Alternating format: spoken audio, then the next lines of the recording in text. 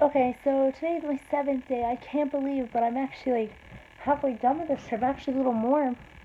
That's kind of sad, honestly. But time really does fly when you're having fun.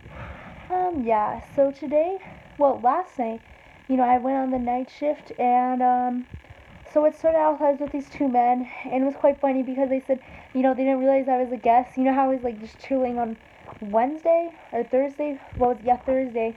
Because no one knew why I was there, which was lack of communication, I suppose. But yeah, so I went out with them for a little bit. But so somebody recorded like there was like a dog wandering the street, and we go there blah blah, and we find this lady, and the dog wasn't even lost. It just like kind of like ran off from her, but it was I couldn't believe it, because like in America how like they have animal control to do that. I'm pretty sure that if they like pick up your dog, they're gonna take it to the pound and they're gonna charge you, fine for like um to get your dog back. So yeah, that was kind of strange. Obviously, I wasn't gonna question it, and there was no problem really. And then the next call, there was like these people fighting, not actually like, hitting each other, but just like like a verbal, like fight, And when we were on the way there, we saw this old man walking on the side of the road, and that was quite odd. And we pull over, and apparently he was just some lost old man, and he was on the side of the highway in the dark, which is not safe. So obviously we gave him a ride, but it was quite awkward because I had to hold all their stuff so he could get in. And he was just like, hello. I like, don't really speak German, so I didn't even know what's going on. I was really confused. I was like, why is this old man in the car? Until like after we dropped him off, at the train station, which was quite a distance away, he was quite lost. They were like, oh yeah, that man was lost, and I was like, oh okay, like alrighty. So yeah, and then by the time we were done with that, the people weren't even fighting anymore. They called us back and said, no problem, like, nothing's wrong. So we go back, and this was still the day shift, and I had to find someone, to like, I guess, babysit me for the night shift because I didn't want to be left behind again. So like we came back a lot. And I was just in the lounge like usual, and I found this like these people were talking. This one lady was talking to me, and she actually spoke like really good English because apparently she was an au pair in New York City for 2 years, and she had an internship in Miami. So her English was really good. So I was like, hey, are you like doing, patrolling the night shift? And she's like, yeah. I was like, can I, like follow around with you? And she's like, oh yeah, sure. And I was like, oh thank God, because it's getting quite awkward in there. And most of the time they laugh at me for not speaking German, which I can't really blame them, but it's quite uncomfortable for me, not gonna lie.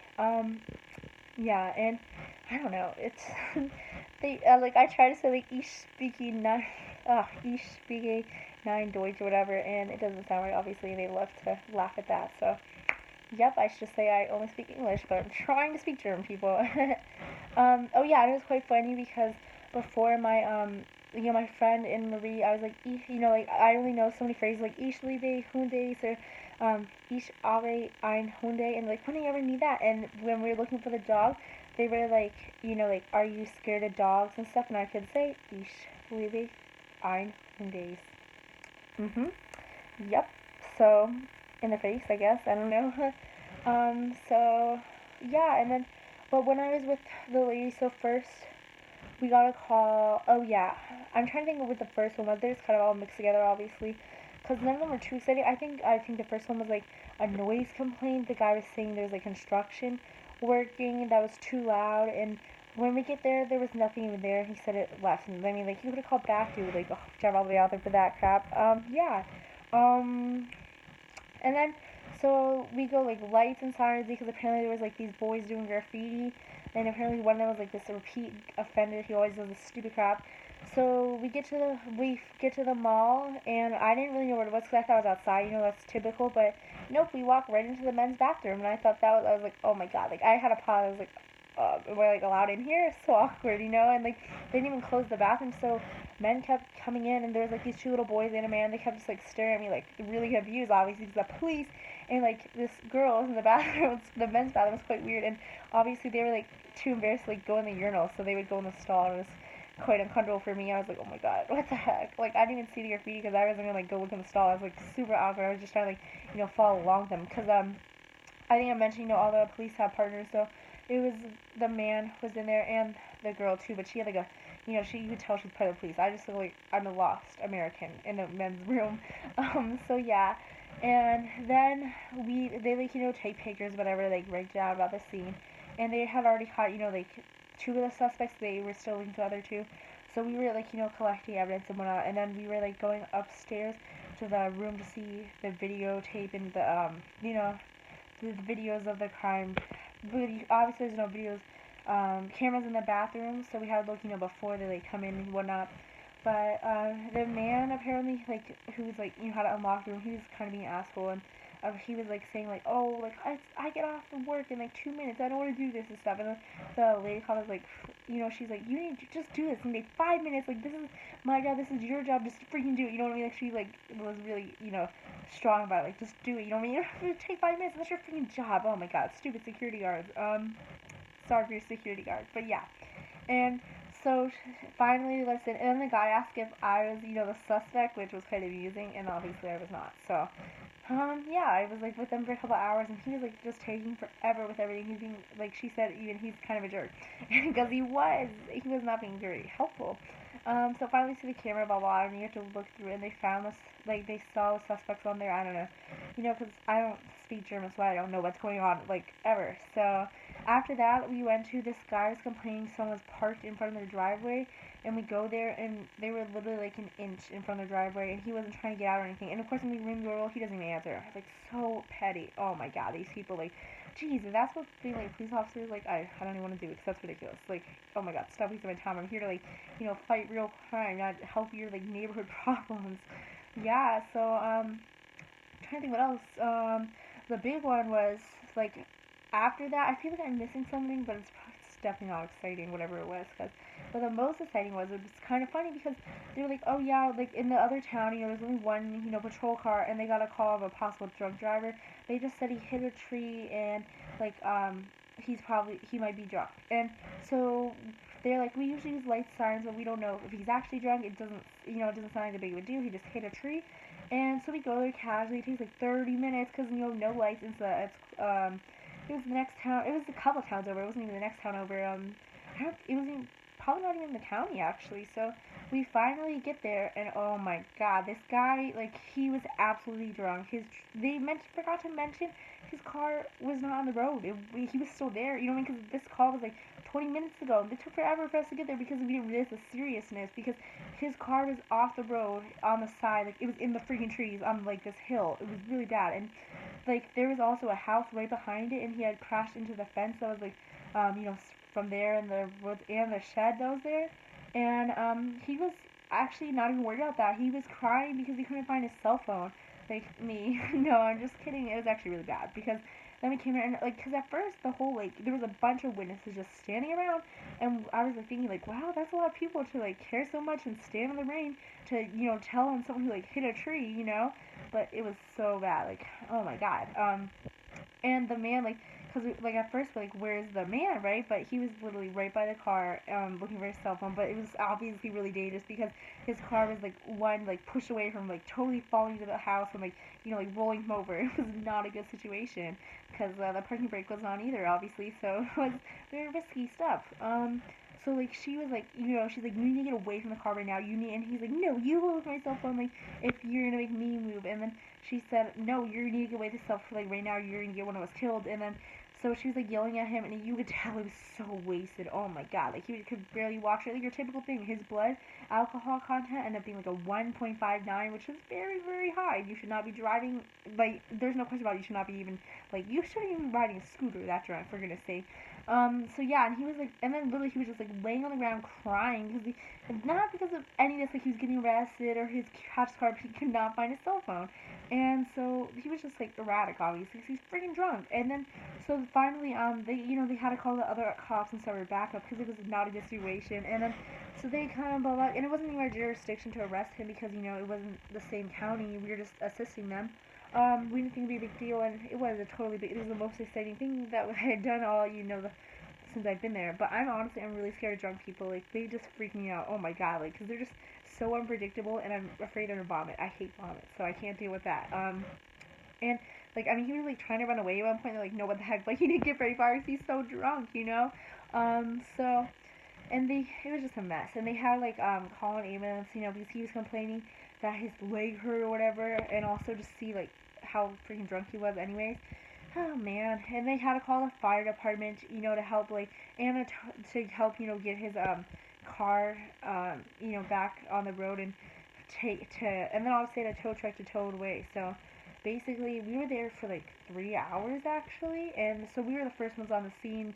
We called the other police and then the ambulance, and the ambulance kind of got lost getting there, which is kind of funny, but not, I guess, because, well, they passed right by, and I don't know if I missed it, because, we were right there, too, so, um, and then the fire department was there, and the tow truck, and also the old people that lived in the house where he had crashed into their shed. Of course, they were out there, like, taking pictures of it and, like, freaking out, and, I mean, I honestly, after, like, 5 I just got back in the car because it was freaking cold and it was pouring rain, like, no, thank you.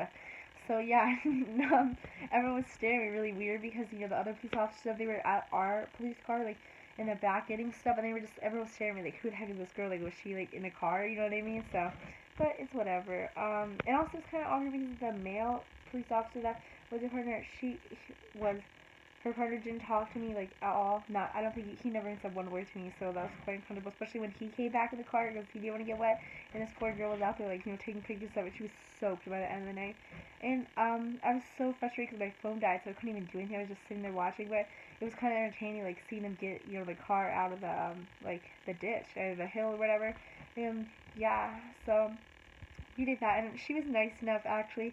I don't think I would have done this, but after they got the car out, she went back there and looked for like 20 minutes and found a cell phone. So that guy, she was very grateful for her because, I mean, that was so nice of her. I don't think I would have done it, to be honest, because does he really deserve it? I don't think so. Yeah, then we like returned the cell phone to that police station, and then she asked like, do you want to go home? But I thought it'd be more exciting, and I think it was midnight that time, and I was like, no, I'll stay. But they literally didn't even get one single call after that. So and then finally, my phone wasn't charging either.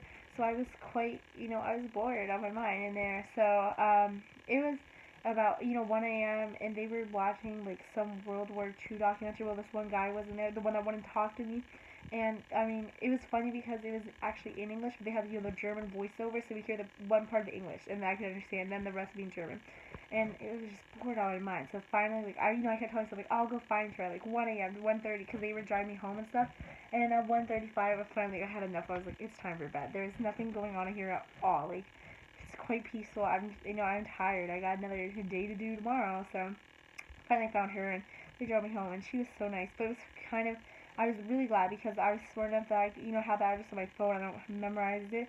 I don't have it memorized. That's better grammar. But I was like, they gave it to her to put in her phone or like just write it down in case my phone died, which it did. So I'm glad I had that because I don't think I would have been able to find my way back. But and also because they put these like blind things down in here so people can't like rob them or sneak in or whatever, and it was really difficult for me because when I like come home in the day, I look for the house and it like that they have pictures in the window see like of this like one little boy that I can like recognize, and I'm like, okay, that's the house. But this time they're like, is this your house? I was like, oh, I hope so. But and she was nice. She like made sure I like got inside obviously, and she like got out of the car to make sure.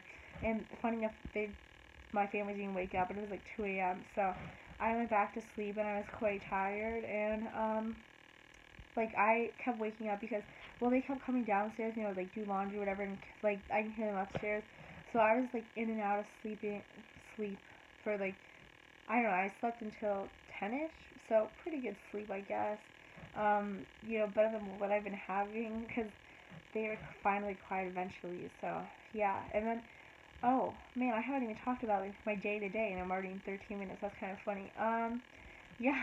Well, I better get started. So we let's think. Okay, so I had breakfast. Obviously, it was like croissants and stuff, traditional yum. I guess that's French, but whatever. Anyways, so trying to think, man. I'm like forgetting. We went to the soccer game. I don't know if we did anything really before that, and so the soccer game was kind of crazy. Because it was a different culture for sure. I was shocked. Oh my god, we had like ride the train, and there's like so many people squished together, which I do not enjoy. And there was like when we got there was like men just like peeing everywhere, like in like the side, the road, like wherever they feel like it. And it was very disturbing to me. Let's see, and it was just so dirty. Like there was everyone like screaming. It was wild. And like when we got in the stadium and stuff, people are so passionate about soccer and stuff. And unfortunately, Frankfurt, that's the team we were cheering on.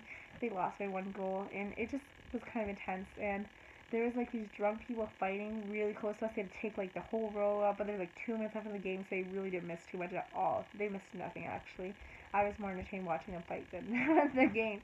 Um, yeah, and then we got back, and then we went to eat.